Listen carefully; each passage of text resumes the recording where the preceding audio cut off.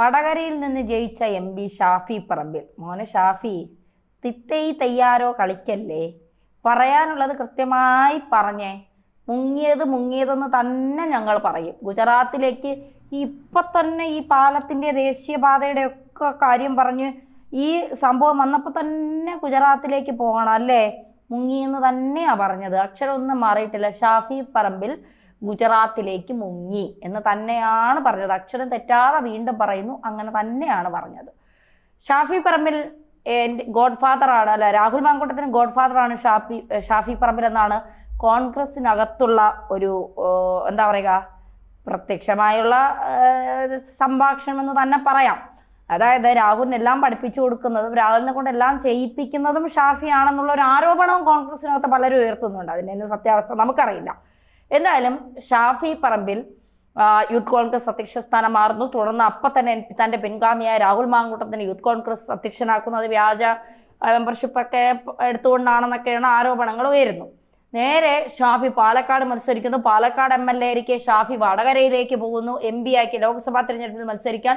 അപ്പോൾ അടുത്ത ആര്? കാരണം പാലക്കാട് നിരന്തരം പാർട്ടിയെ വളർത്തുന്ന, കോൺഗ്രസ് പാർട്ടിക്ക് വേണ്ടി പ്രവർത്തിക്കുന്ന, പാലക്കാട് ജനിച്ചു വളർന്ന നിരവധി പ്രവർത്തകരും നേതാക്കളും അവിടെ ഉള്ളപ്പോൾ അടൂരിൽ നിന്ന് അല്ലെങ്കിൽ പത്തനംതിട്ടയിൽ നിന്നുള്ള ഒരാളെ അവിടെ ആനയിച്ചു കൊണ്ടുവരുന്നു, അതും ഷാഫി പറമ്പിലിന് വേണ്ടി. ഷാഫി പറമ്പിൽ പറയുന്നു അവിടെ രാഹുൽ മാങ്കൂട്ടത്തിൽ തന്നെ. അതായത് ഈ ഒരു പെൺകുട്ടി ആരോപിച്ചത് ഈ പാലക്കാട് ഉപതെരഞ്ഞെടുപ്പിന് മുമ്പ് തന്നെ, മാസങ്ങൾക്ക് മുൻപ് തന്നെ രാഹുൽ മാങ്കൂട്ടത്തിൽ ഈ പെൺകുട്ടിയോട് പറഞ്ഞു എന്ന്, ഞാനാണ് പാലക്കാട് സ്ഥാനാർത്ഥി എന്ന്. അവിടെ സ്ഥാനാർത്ഥിത്വത്തിന് വേണ്ടി വെള്ളം കോരിയവരൊക്കെ എന്തായി, നാണം കെട്ട് അപഹാസ്യരായി എന്ന് തന്നെ പറയേണ്ടി വരും. അതാണ് കോൺഗ്രസിലെ കളികൾ എന്ന് പറയുന്നത്. അങ്ങനെ അവിടെ എന്താ പറയുക, അവിടെ നിർത്തി. രാഹുൽ പോലും വിചാരിച്ചില്ല ഇത്രയും ഭൂരിപക്ഷം കിട്ടി രാഹുൽ ജയിക്കുന്നത്. കാരണം രാഹുലിൻ്റെ ഒരു ഇമേജാണ് രാഹുലിനെ ജയിപ്പിച്ചത്. ഇപ്പോൾ രാഹുൽ അങ്ങ് ജയിച്ചു. പിന്നെ കുറച്ച് അഹങ്കാരമൊക്കെ വന്നു. പിന്നെ എന്താണ് പറയുന്നത്, എന്താണ് പ്രവർത്തിക്കുന്നത്, പിന്നെ റീൽസായി പോകുന്നിടത്തെല്ലാം ക്യാമറകളായി രാഹുലിൻ്റെ നടത്തം പകർത്തുന്നു, രാഹുലിൻ്റെ ഇരിപ്പ് പകർത്തുന്നു, രാഹുൽ കഴിക്കുന്നത് പകർത്തുന്നു. രാഹുൽ എന്തുകൊണ്ട് വിവാഹം കഴിക്കില്ല എന്ന് ചോദിച്ചുകൊണ്ട് മാധ്യമപ്രവർത്തകർ പുറകെ നടക്കുന്നു. രാഹുലിൻ്റെ ഒപ്പം ഇരുന്ന് സദ്യ കഴിക്കുന്നു. രാഹുൽ അങ്ങോട്ട് പോയാൽ അങ്ങോട്ട്, രാഹുൽ ഇങ്ങോട്ട് പോയാൽ ഇങ്ങോട്ട്, രാഹുൽ അവിടെ ഇറങ്ങിയാൽ അങ്ങോട്ട്, ഇവിടെ ഇറങ്ങിയാൽ അങ്ങോട്ട്. അവസാനം രാഹുലിനെ വലിച്ചേറി ഒട്ടിക്കാനും ഈ മാധ്യമങ്ങൾ തന്നെ മുന്നിൽ നിന്നു. എന്തൊക്കെ കാണണം. എന്തായാലും അതവിടെ നിൽക്കട്ടെ. ഷാഫിയാണല്ലോ വിഷയം. ഷാഫി പറമ്പിൽ പറയുന്നത്, ആരോപണം വന്ന ഉടനെ രാജി പ്രഖ്യാപിച്ചില്ലേ? ഏത് രാജി? അറിഞ്ഞിട്ടത്തിന് ചോദിക്കുക, ഏത് രാജി പ്രഖ്യാപിച്ചു? യൂത്ത് കോൺഗ്രസ് അധ്യക്ഷൻ രാജിയാണോ? അതിവിടെ കേരളത്തിലെ ജനങ്ങൾക്ക് യൂത്ത് കോൺഗ്രസ് അധ്യക്ഷ സ്ഥാനം രാജിവെച്ചുകൊണ്ട് കേരളത്തിലെ ജനങ്ങൾക്ക് എന്ത് നേട്ടമാണ് ഉണ്ടാകുന്നത്? അല്ല, ജനങ്ങൾ തിരഞ്ഞെടുത്ത സ്ഥാനമല്ലല്ലോ യൂത്ത് കോൺഗ്രസ് അധ്യക്ഷൻ എന്ന് പറയുന്ന സ്ഥാനം. കേരളത്തിലെ ജനങ്ങൾ തിരഞ്ഞെടുത്ത് നൽകിയതാണോ? അല്ല. രാഹുൽ മാങ്കൂട്ടത്തിൻ്റെ കഴിവും രാഹുൽ മാങ്കൂട്ടത്തിൻ്റെ സ്വഭാവവും രാഹുൽ മാങ്കൂട്ടത്തിൻ്റെ പ്രവർത്തനങ്ങളും കണ്ടുകൊണ്ട് പാലക്കാട്ടിലെ ജനങ്ങൾ തിരഞ്ഞെടുത്ത ഒരാളാണ് രാഹുൽ മാങ്കൂട്ടത്തിൽ എന്ന് പറയുന്ന പാലക്കാട്ടിലെ സ്ത്രീലമ്പടനായ MLA. ഇപ്പോൾ അയാൾ സ്ത്രീലമ്പടനാണെന്നും സ്ത്രീകളെ ഇത്തരത്തിൽ വലയിൽ വീഴ്ത്തുന്ന ആളാണെന്നും സെക്സ് അയാൾക്കൊരു വീക്ക്നെസ് ആണെന്നും സ്ത്രീകളെന്ന് പറഞ്ഞാൽ അയാൾക്ക് അതിലേറെ വീക്ക്നെസ് ആണ് എന്നും പറയുന്ന തിരഞ്ഞെടുപ്പ് നടന്ന സ്ഥലത്ത് അത്തരത്തിലുള്ള ആരോപണങ്ങൾ അയാൾക്കെതിരെ ഉയർന്നു നിൽക്കുമ്പോൾ എങ്ങനെയാണ് രാഹുൽ മാങ്കൂട്ടത്തിൽ ജനപ്രതിനിധിയായി പാലക്കാട് നിൽക്കുന്നത്? അതാണ് അവിടെ രാജിവെച്ച് നിങ്ങൾ അന്തസ്സ് കാത്തു സൂക്ഷിക്കണം എന്നാണ് പറയാനുള്ളത്. അല്ലാതെ യൂത്ത് കോൺഗ്രസ് അധ്യക്ഷ സ്ഥാനം രാജിവെച്ചുകൊണ്ട് ജനങ്ങളുടെ നെഞ്ചത്ത് കയറാൻ വരല്ലേ ഷാഫി പറമ്പിൽ.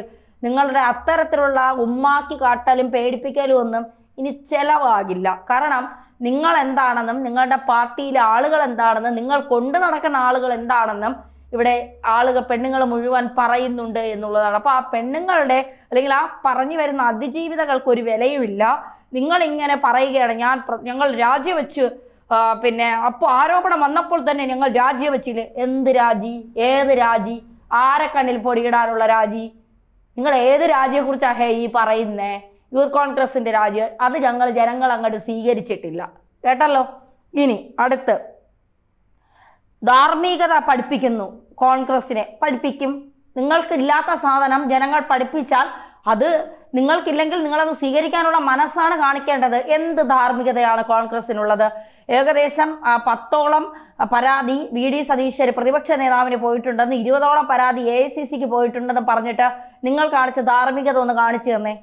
നിങ്ങൾ കാണിച്ച ധാർമ്മികത ഒന്ന് കാണിച്ചു തരണം മിസ്റ്റർ ഷാഫി പറമ്പിൽ. നിങ്ങൾ ഇതിനെന്തെങ്കിലും നടപടിയെടുത്തോ? ഈ പെൺകുട്ടികൾക്ക് നീതി നൽകണം എന്ന് എപ്പോഴെങ്കിലും നിങ്ങൾ ചിന്തിച്ചിട്ടുണ്ടോ? നിങ്ങളുടെ വീട്ടിലുമില്ലേ സ്ത്രീജനങ്ങൾ? അവർക്കാണ് ഇതുപോലത്തെ ഒരു ബുദ്ധിമുട്ട് നിങ്ങളുടെ കൂടെയുള്ള ഒരുത്തൽ നിന്നുണ്ടായതെങ്കിൽ നിങ്ങൾ വെറുതെ വിടുമായിരുന്നോ? ഇവനെയൊക്കെ വച്ച് പൂജിക്കുമായിരുന്നോ? ഏതെങ്കിലും നാട്ടിൽ കൊണ്ടുവന്ന് തിരഞ്ഞെടുപ്പിന് ജനങ്ങളുടെ മുന്നിൽ പൊടിയിട്ടുകൊണ്ട് കണ്ണിൽ കരടിട്ടുകൊണ്ട് നിന്ന് ജയിപ്പിക്കാൻ വേണ്ടി നിങ്ങൾ തന്ത്രങ്ങൾ മെനയുമായിരുന്നോ? ഇല്ല. കണ്ടവന്റെ വീട്ടിൽ എന്തെങ്കിലും നടന്നാൽ കണ്ടു രസിക്കാൻ നല്ല രസമാണ്. അവനവന്റെ വീട്ടിൽ നടക്കുമ്പോഴാണ് അതിന്റെ ബുദ്ധിമുട്ട് പ്രയാസവും മനസ്സിലാകുന്നത്. കോൺഗ്രസ് നിർവീര്യമാകില്ല. അതിന് നിർവീര്യമാകാനൊന്നുമില്ല. അത് മൊത്തത്തിൽ പൊളിഞ്ഞ് പാളിസായി. ഇനി നിർവീര്യമാകാൻ ഒന്നുമില്ല. വീമ്പൊക്കെ ഇളക്കൽ നിർത്തേ ഷാഫി.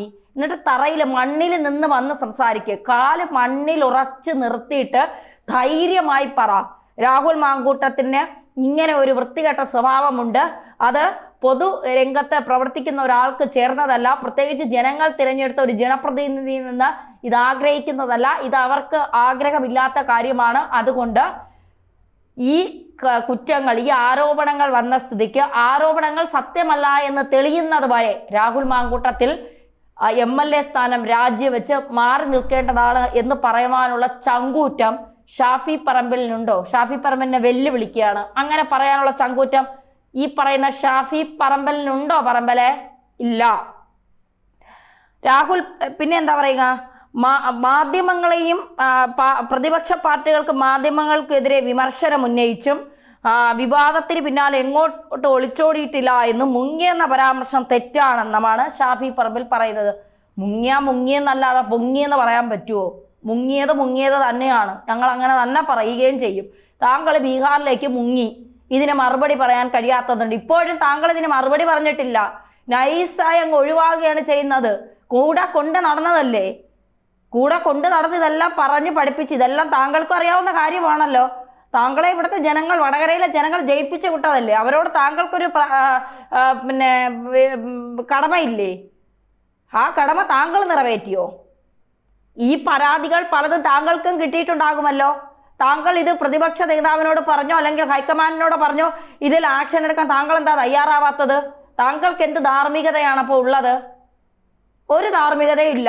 ഷാഫി പറമ്പലിന് ഒരു ധാർമ്മികതയും ഇല്ല. അത് യാഥാർത്ഥ്യം തന്നെയാണ്. ധാർമ്മികതയുണ്ട് എങ്കിൽ സ്വന്തം പാളയത്തിൽ ഒരുത്തൻ തെണ്ടിത്തരം കാണിച്ചാൽ അതിനെ തെണ്ടിത്തരം എന്ന് വിളിച്ചു പറയാനുള്ള ആർജവം ഉണ്ടാകണം.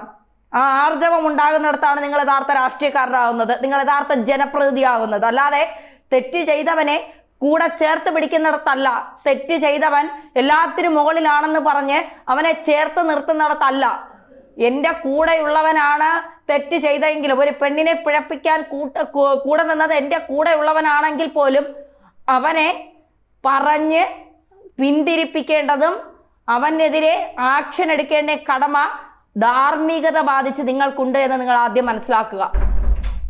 എന്തായാലും ഷാഫി പറമ്പലിൻ്റെ ഈ എന്താ പറയുക മാധ്യമങ്ങളോടുള്ള വിമർശനവും ഈ ജാടയും, അല്ലെങ്കിൽ ഈ എന്താ പറയുക ജാടയെന്നല്ല അതിന് പറയാനുള്ള ഈ എന്തോ ആണെന്നുള്ള ഒരു ഭാവം, ഇതൊന്നും വില പോവില്ല. ആദ്യം മാങ്കൂട്ടത്തിനോട് MLA സ്ഥാനം രാജിവെക്കാൻ പറ, ബാക്കി പിന്നീട് കാണാം.